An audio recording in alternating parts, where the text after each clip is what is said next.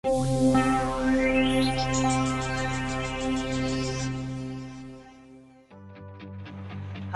this is Jingle Ocampo. Please subscribe and follow me for more upcoming updates on my stroke tips and exercise. Thank you.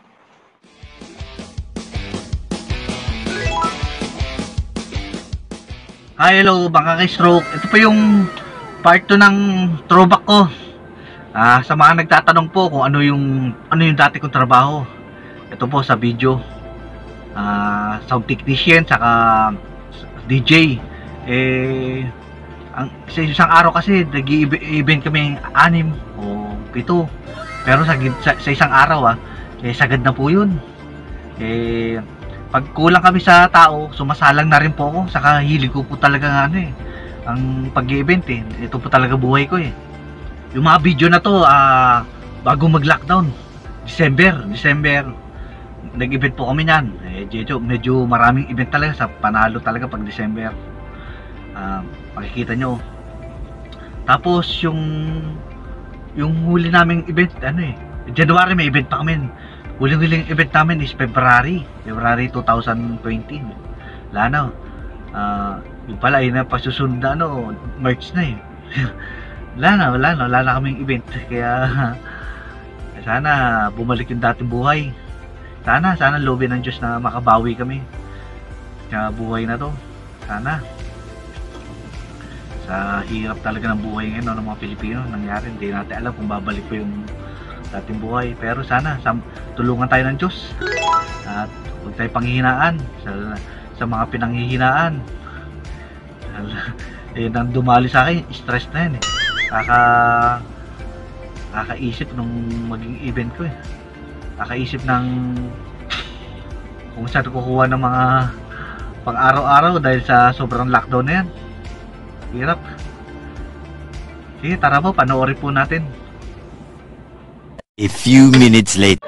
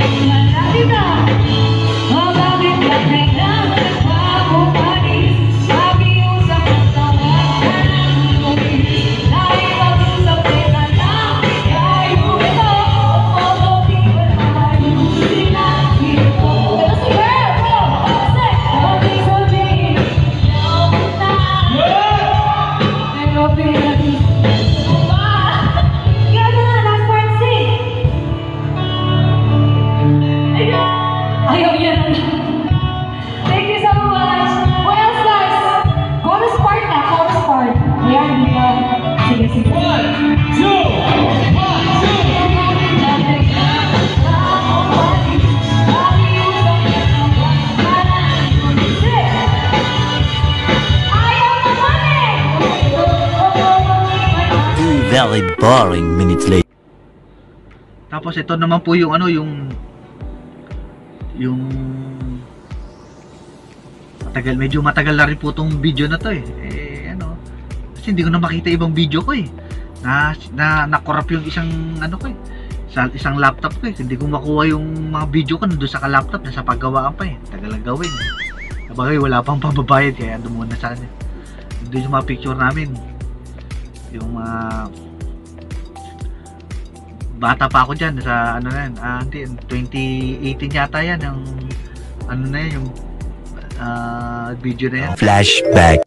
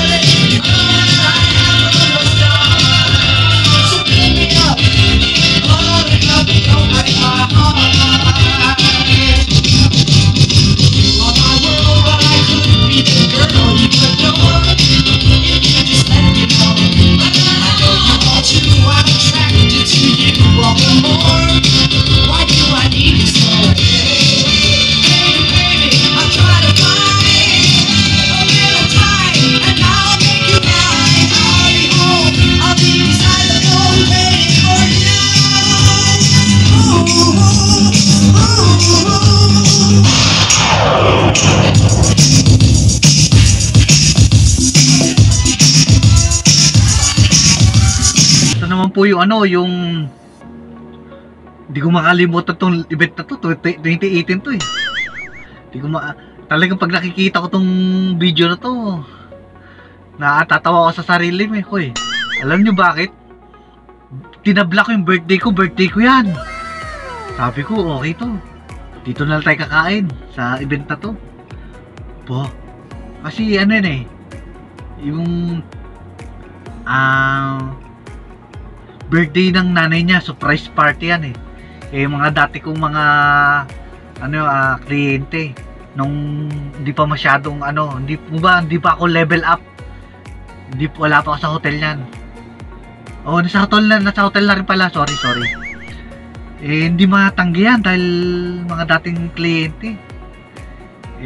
Binarat na nga ako eh, tinanggap ko na pakisama na, binarat na yung presyo. Pero yun mo, mahal-mahal lang binayad mo sa venue, binayad do sa may DI pa kayo. Tapos di nyo na kami pinakain, binarat nyo pa kami. Okay lang naman yun eh. Sanay naman ako hindi pinapakain sa event eh. Ang sa akin lang naman dito, yung sana yung mga wag nyo po sanang babaratin yung mga sound system, hindi nyo alam. Sobrang hirap ng ginagawa na sa sound system na yan. Di wag nyo mamalit-malitin dahil pero yung minsan tulog pa kayo. Yung mga crew, kami, mga ganun. Kami na nandun, nag-aayos na sa venue para gumanda lang yung event nyo. Tapos ganun lang gawin, babaratin nyo po. Wag naman sana, baga maaari, pakainin nyo rin kahit papano. Pero mo, lalo dyan, sa event namin yan, lalabas ka pa ng kondo, o sa kondo yun eh. Kondo sikat dyan sa Makati. Lalabas pa ako, para, alanganin, wala ka na mabibiling pagkain. Pupunta ka pa ng Jupiter Street sa Makati, para bumili pagkain. Pero muna na.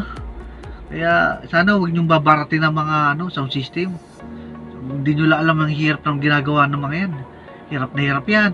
Nag-aasikaso na gawin yung event na para maging maayos. Yun, sana po. Ganun lang sa amin. Huwag nyo sanang darating ng panahon, maniwala kayo. Ang serbisyo ng mga event sa mga sound system na yan, tataas na po. Ngayon pala tumataas na po dahil professional na po eh. Hindi na katulad dati na mga kalye-kalye lang ang dating ng mga sound system. Ngayon hindi na po. Matataas na ba ang level na yan.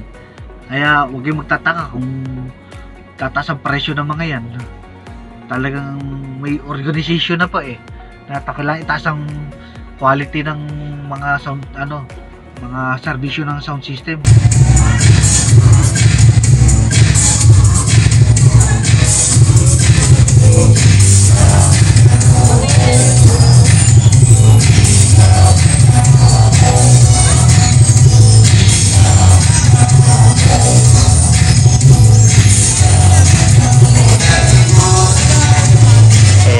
A flashback. Sige po, maraming salamat po sa panonood nyo sa video ko ha. Sana hindi kayo na boring sa panonood ng istorya ng buhay ko. Kung noon, uso pa noon nung hindi pa uso ang vlogging, nako, siguro mayaman na rin ako sa istorya. Hindi ako maubusan ng content sa buhay ko eh. At actually, marami po naka-standby na ginawang video dyan eh, para hindi ako naubusan ng content. Pasensya na po kayo kasi hindi ko pwede itodo eh, kasi mahirap po mag-edit. Ako na yung director, ako pa yung editor, ako pa yung artist. Sige po, maraming salamat po. God bless po sa inyo.